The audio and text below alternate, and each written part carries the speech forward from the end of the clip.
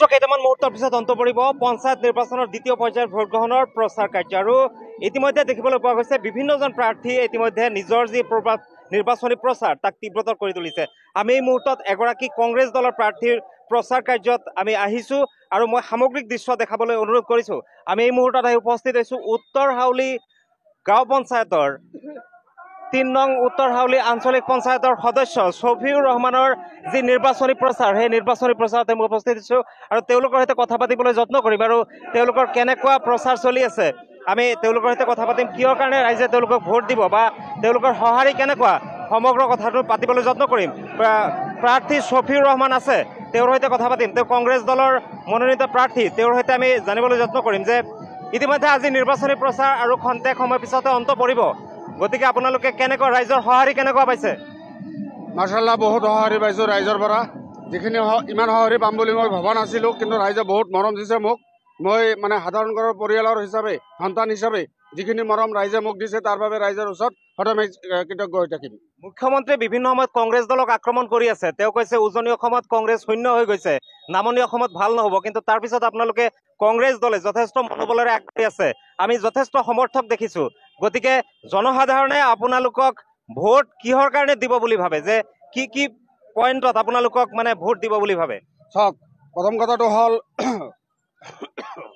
অসমত ডক্টৰ হিমন্ত বিশ্ব শৰ্মা ডাঙৰীয়াই যি সাম্প্ৰদায়িক মেৰুকৰণেৰে ৰাজনীতি বা শাসনভাৰ চলাই আছে, সেই সাম্প্ৰদায়িক মেৰুকৰণৰ ৰাজনীতিত অসমত জনগণ অতিষ্ঠ হৈ পৰিছে।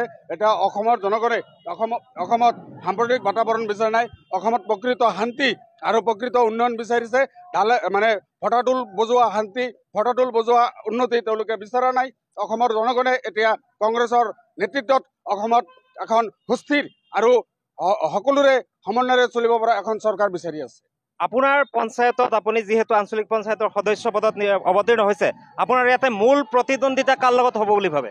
প্ৰতিদ্বন্দ্বিতা বুলি ক'বলৈ গ'লে তো প্ৰতিদ্বন্দ্বিতা নাই। চাওক, আজি মোৰ যিটো ৰেলী ওলাইছে, আপোনালোকে চাব প্ৰায় 3 কিলোমিটাৰ যদি এটা ৰেলী ওলাইছে, এইটো ৰাইজ স্বতঃস্ফূৰ্তভাৱে ওলাই আহিছে।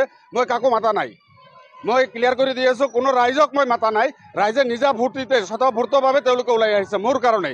কাৰণ মই বিগত সময়ছোৱাত ৰাইজৰ কাৰণে, মই আমচুত থকা সময়তো ৰাইজৰ কাৰণে যিখিনি কাম কৰিছোঁ, ৰাইজৰ যি সেৱা কৰিছোঁ, সেই সেৱাত ৰাইজে সন্তুষ্ট হৈ মোক ইমান মৰম আৰু ভালপোৱা দিছে, আৰু যাৰ ফলত মই এক প্ৰকাৰ বিনা প্ৰতিদ্বন্দ্বিতাৰে মই জয়ী হ'ম। তথাপিও আপুনি প্ৰশ্ন সুধিছে যিহেতু, মোৰ মতে দ্বিতীয় পজিশ্যনত অসম গণ পৰিষদ থাকিব লাগে।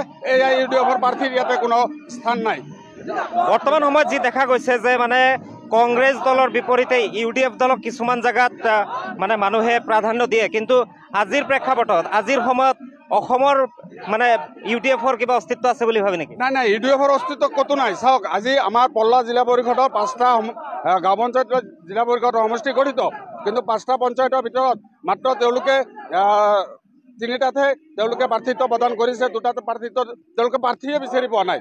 গতিকে ইয়াতে প্ৰমাণ হৈছে যে অসমৰ সংখ্যালঘু জনগণে AIUDFক ইতিমধ্যে প্ৰত্যাখ্যান কৰিছে। আৰু কেইটামান মুহূৰ্তৰ পিছতে যিহেতু আজি প্ৰচাৰ সমাপ্ত হ'ব, মাজত অলপ সময় আছে আৰু একদিন পিছতে ভোট, গতিকে এই মুহূৰ্তত আপুনি যিহেতু ৰেলী কৰি আছে, এই মুহূৰ্তত আপুনি আপোনাৰ যি অঞ্চল বা যিসকল ভোটাৰ আছে তেওঁলোকৰ উদ্দেশ্যে আপুনি কি আহ্বান জনাব?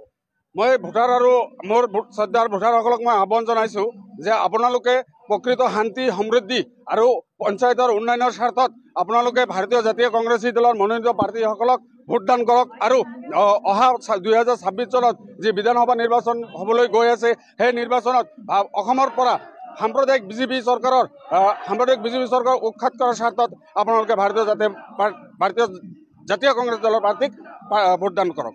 হয়, ধন্যবাদ জ্ঞাপন কৰিছোঁ। এয়া আছিলে উত্তৰ হাউলি আঞ্চলিক পঞ্চায়তৰ এগৰাকী সদস্য, আৰু তেওঁ ইতিমধ্যে উল্লেখ কৰিছে যে জনসাধাৰণে তেওঁক কিয় ভোট দিব লাগে বা তেওঁলোকৰ যি নিৰ্বাচনী প্ৰচাৰ, এই নিৰ্বাচনী প্ৰচাৰত সাধাৰণ জনতাই স্বতঃস্ফূৰ্তভাৱে যেনেকৈ ওলাই আহিছে বা আমি ইয়াতে দেখুৱাইছোঁ, সামগ্ৰিক পৰিৱেশো আমি দেখুৱাইছোঁ, যিমান মানুহে ভোট ইয়াতে অংশগ্ৰহণ কৰিছে, আৰু কেইটামান মুহূৰ্তৰ ভিতৰতে অন্ত পৰিব এই নিৰ্বাচন প্ৰচাৰ প্ৰক্ৰিয়া।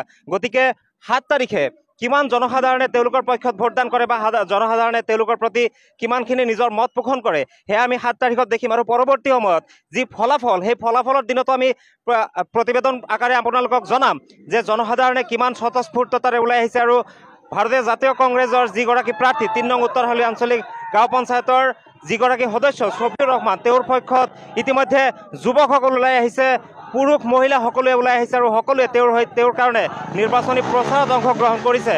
আৰু কিছু মুহূৰ্তৰ পিছত নিৰ্বাচনী প্ৰচাৰ যিহেতু সমাপ্ত পৰিব, গতিকে এই নিৰ্বাচনী প্ৰচাৰৰ অন্তত ৭ তাৰিখে শ্বফিউৰ ৰহমানৰ পক্ষত কিমান ভোটাৰে তেওঁলোকৰ ভোটদান সাব্যস্ত কৰে সেয়াও আমি পৰৱৰ্তী সময়ত প্ৰতিবেদন আকাৰে আপোনালোকক জনাবলৈ চেষ্টা কৰিম।